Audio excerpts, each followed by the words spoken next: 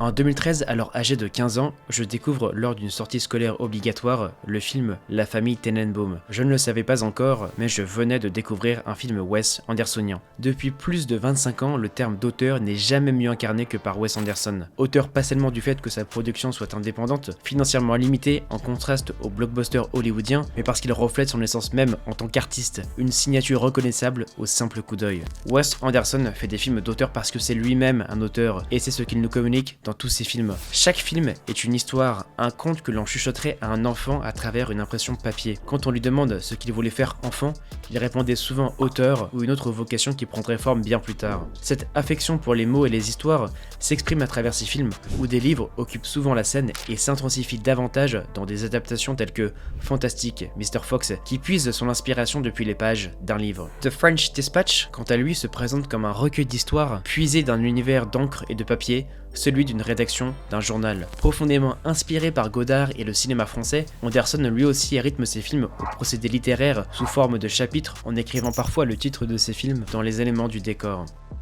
Sa fascination pour la culture française est palpable. Il avoue régulièrement visiter la France et collabore volontiers avec des talents locaux, que ce soit pour L'Île aux chiens ou même dans la composition musicale aux côtés d'Alexandre Desplat. Mais les exemples les plus flagrants se vérifient dans ces films qui laissent place à la culture française, que ce soit la cuisine, la langue. Mais ensuite ça ira mieux, tu verras. Tu vas comprendre quel est ton problème. Le nom des personnages, Monsieur Jean. ou son histoire. Cette fascination pour la culture française ne doit pas éclipser l'élément central qui nous intrigue, celui de proposer une littérature cinématographique qui se manifeste notamment à travers les génériques qui débutent et s'achèvent par des enterrements. Ici, on ne nomme pas des mots, on nomme des morts. Nommer, c'est aussi décrire, et Wes Anderson parvient à décrire dans un générique de fin une musique. Or, par définition, une musique ne se décrit pas, elle s'apprécie, elle s'écoute. A little electronic metronome sets the time. First, a harp. Cette obsession de nommer, de mettre des mots sans les utiliser, nous permet de comprendre et d'imprimer avec émotion ce qui s'écrit sous nos yeux. Pour Wes Anderson, l'importance du souvenir et des réminiscences sont cruciales.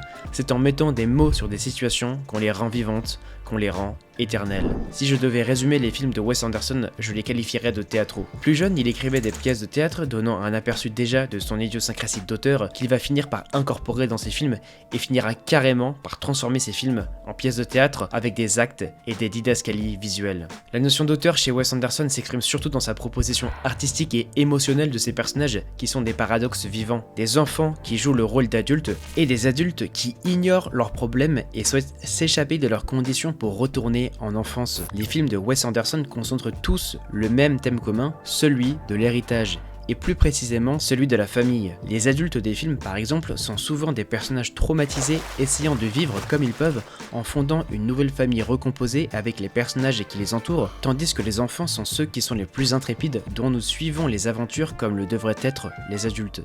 Wes Anderson est l'une des rares personnes à concevoir le monde toujours d'un œil enfantin.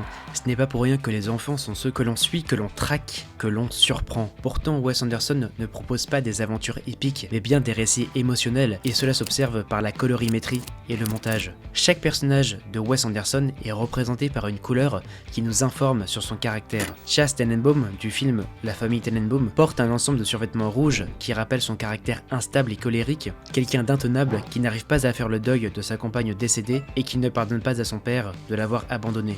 Bob dans Bottle Rocket est le personnage le plus sobre, le plus timide et effacé. Ce ne sont que deux exemples superficiels que l'on peut comprendre. En revanche, s'il fallait trancher d'une couleur pour caractériser les films de Wes Anderson, ce serait le jaune, qui rappelle la naïveté, écho à l'enfance. Wes Anderson maîtrise la subtilité des couleurs et la nuance de l'intensité de l'éclairage pour nous préparer à des situations dangereuses comme dans Moonrise Kingdom avec ce ciel subitement ombrageux et menaçant. Bien au contraire, il sait aussi créer une ambiance passionnelle et sentimentale comme dans le Grand Hôtel Budapest où le rose donne cette légèreté, cette douceur et rappelle la peau que l'on caresse de son amant. Enfin, la saturation des couleurs et leur décalage avec leur environnement démontrent le cœur bordélique de ces personnages. Encore un l'aspect cinématographique unique de Wes Anderson, c'est son montage, qui parle le plus des êtres humains. Des plans parfaitement symétriques, d'habitude peu conventionnels en cinéma, où les personnages se reflètent. Ce reflet est parfois source d'opposition, comme ici dans Rushmore, où les va-et-vient de la caméra rappellent un échange tennistique et subtilement décrit par un son de tonnerre qui vient nous informer sur le début de l'échange. I never took you for an informer, Max. What's that supposed to mean? What's that supposed to mean?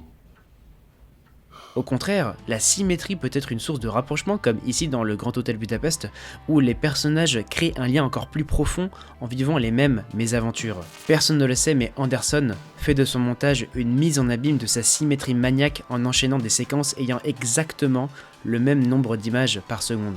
Minutieux ne veut pas dire dénué d'humour. Wes Anderson utilise la symétrie comme un procédé comique pour engager les personnages, comme ici dans L'île aux chiens. Before we attack each other and tear ourselves to shreds like a pack of maniacs, let's just open the sack first and see what's actually in it. It might not even be worth the trouble.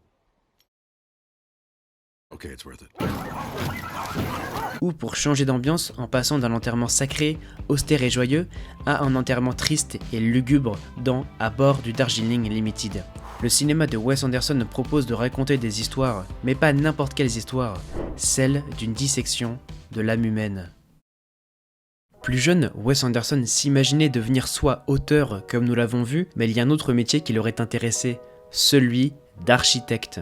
La mise en scène est une composition clé de son cinéma où l'architecture prend autant de place que ses personnages complexes. S'il adore la prose, Wes Anderson manie la poésie cinématographique comme personne. Dans La vie aquatique, Wes Anderson nous propose une introspection du bateau du personnage de Steve Zissou censé représenter Jacques-Yves Cousteau pour nous montrer l'intérieur de ce qui habite l'âme d'un passionné de la faune et de la flore marine, mais aussi de ceux qui habitent son cœur. Nous avons le droit à la même chose avec la dissection entière de la ville fictive ennuyée sur blasé du film The French Dispatch. Cet agrandissement biologique, comme un corps que l'on disséquerait, nous invite à comprendre les rouages les plus intimes de ces personnages et de leurs motivations comme dans son film le plus connu, Le Grand Hôtel Budapest. L'autopsie offre une perspective contrastée, elle met en évidence la façade en apparence parfaite et symétrique des individus tout en révélant les tumultes intérieurs qui les animent. Cette miniaturisation du monde nous offre une vision de la complexité infinie des liens qui régissent les interactions humaines, faisant écho à la profondeur et la complexité des relations réelles. Ce sentiment de possible l'est pour ses premiers films, mais sa force c'est d'avoir réussi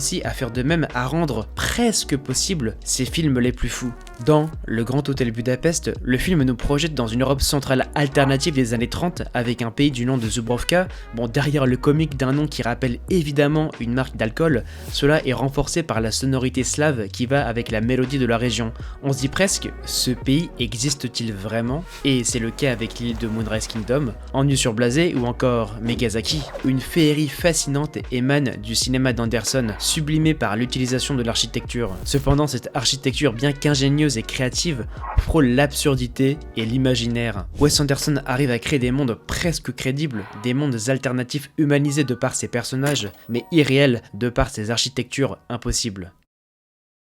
Wes Anderson est un auteur, il n'y a aucun de doute là-dessus. Il est énormément impliqué dans ses films, de son imagination jusqu'à sa diffusion. C'est pourquoi lorsque l'on observe ses génériques de fin, on remarque que tous les gens ayant participé de près ou de loin à la conception des films sont récompensés. Il va jusqu'à remercier les personnes qu'il a consultées pour avoir leur avis, parce que Wes Anderson a fini par faire ce que tout créateur rêve de pouvoir faire, c'est de faire ce qu'il veut. Internet a récemment rendu cela possible pour tous les créatifs, mais lui en tant que cinéaste, il a réussi à devenir indépendant et à faire absolument ce qu'il veut, et c'est pour ça qu'il est entouré de personnes qu'il aime et qui choisissent sciemment de le soutenir dans chacun de ses projets. C'est pour cela que chacun mérite d'être remercié. Comme dans ses films, il a aujourd'hui le luxe de se créer sa propre famille, à la base uniquement composée lors de son premier film de son meilleur ami, ainsi que du frère de son meilleur ami, à des amitiés de longue date dont le cercle de la famille ne cesse de s'agrandir. Les mondes fictifs qu'il propose sont imaginables grâce aux personnages qui les composent, grâce à l'immersion d'un montage qui brise parfois le quatrième mur lorsqu'il s'adresse à nous, atteignant le paroxysme de l'expérience cinématographique, mais son architecture impossible et ses histoires enchantées font des films de Wes Anderson, des films singuliers et mémorables,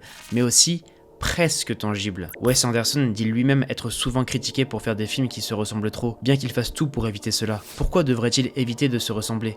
Pourquoi ne pas simplement être profondément ce qu'on est? Wes Anderson a créé son propre style cinématographique, le style Wes Andersonien, et peu importe si ces films se ressemblent, je les regarderai toujours tous avec autant d'enthousiasme et de plaisir béat face à celui qui élargit nos imaginaires et ouvre les fenêtres de l'existence à travers la candeur d'un enfant.